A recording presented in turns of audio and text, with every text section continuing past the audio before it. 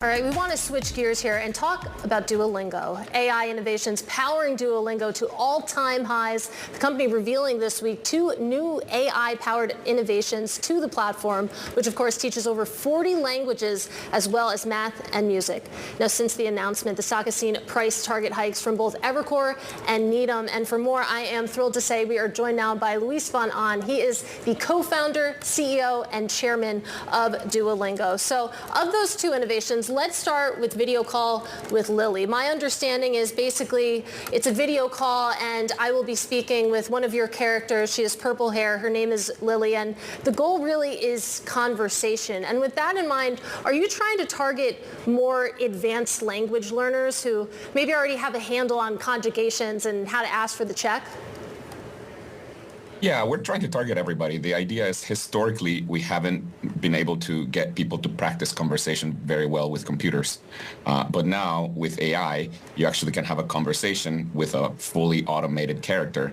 And the character adjusts to your level. Now, what we're really excited about is that it turns out most people actually, when they're just language beginners or intermediate, they don't want to have a conversation with another human because they're too shy about it. But having a conversation with an animated character actually allows them to practice their conversation. So we're hoping this will really bring Duolingo to the next level in terms of teaching languages. It's fascinating, of course, the human psychology element and the decision to keep an animated character there as the voice and face of Lily. So my understanding is that video call with Lily, basically it falls under your Duolingo Max subscription, $30 a month. You just started rolling that out in April. And with this in mind and with the launch of video call with Lily, should we be expecting any upgrades to your forecasts here? Well, I'm not really going to talk about forecasts or anything, but we're really excited about, about the uptake. I think people are really loving being able to practice their conversation. This is particularly true of English learners. So people who are learning English, they really care a lot about conversation. So we're excited about that. And I mean, to the point on English, when we spoke a couple months ago, I believe less than 50% of your daily active users were English learners. I know that that is a big initiative for you. So with that in mind, where are you when it comes to reaching that 50% threshold? Yeah, actually, the threshold we want to reach is about 80%. It turns out that the number of people in the world, the fraction of people in the world that are learning a language that are learning English is about 80%, whereas of our daily active users, this is under 50%. So we're hoping that, it'll get to 80%. This will take us a while, but, we're doing everything we can. And one of the important things are these AI innovations that allow us to practice more natural conversation. I think what's interesting also about this AI revolution and as it pertains to language and companies that work on language like you do is what it takes to get there and advance and grow. What's fascinating about Duolingo to me is that you guys have a nearly $13 billion company that at the end of the last year only had about, or less than rather, 800 people working at it. What does it mean for the workforce for you to be expanding in this way in AI? Yeah, we're quite lean. We still have it's a little over 800 people that we have working on Duolingo. Most of them are working on the actual product, so mostly they're engineers. It just turns out that, engineers are quite scalable, and it's getting even better with a lot of the AI improvements because a lot of the coding that used to be done entirely manually now can be done in part with the help of a computer. So we're going to continue growing the number of employees, but I don't think you should expect us to quadruple the employees anytime soon or anything like that. We're just going to slowly inch in because we get a lot of efficiencies with AI. Well, continuing along these lines, it's interesting. Late last year, of course, you decided not to renew the contracts of about 10% of your contracted workforce, opting instead to use AI in some cases. And with that in mind, of course, AI not just enhancing the product that you offer, but maybe enhancing the productivity of your workforce. You expect to grow the workforce. Where are you hiring right now? I mean, the main places we're hiring are highly skilled engineers, product managers, and designers. I mean, the way we see it is, there's some rote work that can be entirely substituted by AI. But for the majority of our employees or the types of work we do, what's going to happen is we're just going to be able to see each one of them get more efficient.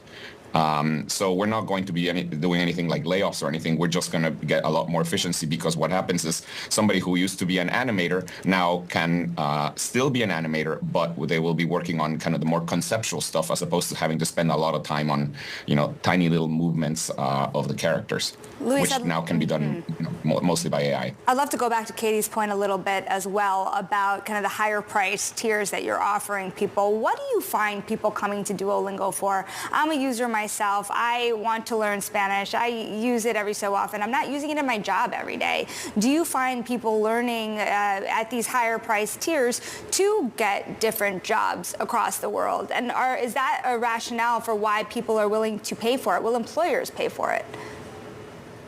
Yeah, so there's many reasons for learning a language. The two big ones that we have among our users, and they're about half-half. One half is hobby.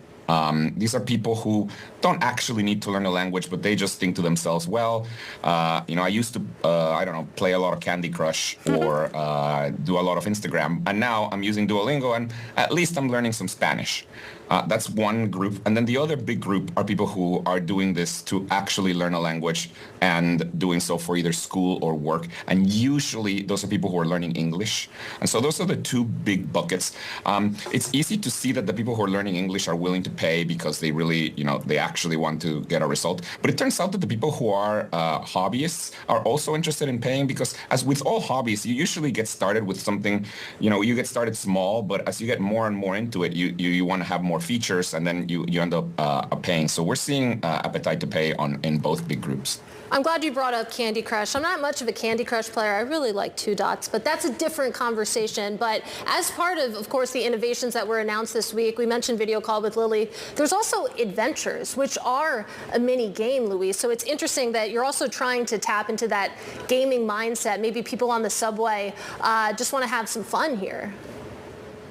Yes, Duolingo has always been gamified, and I think that's one of the big reasons why we've grown so much. It's because it turns out that learning a language on Duolingo is easy and fun, but we're really leaning into it. And it turns out there is one aspect of learning a language, which is these situational things where you may have to buy a croissant or, whatever it is, get yourself out of trouble, that you can really turn into a little bit of an adventure game.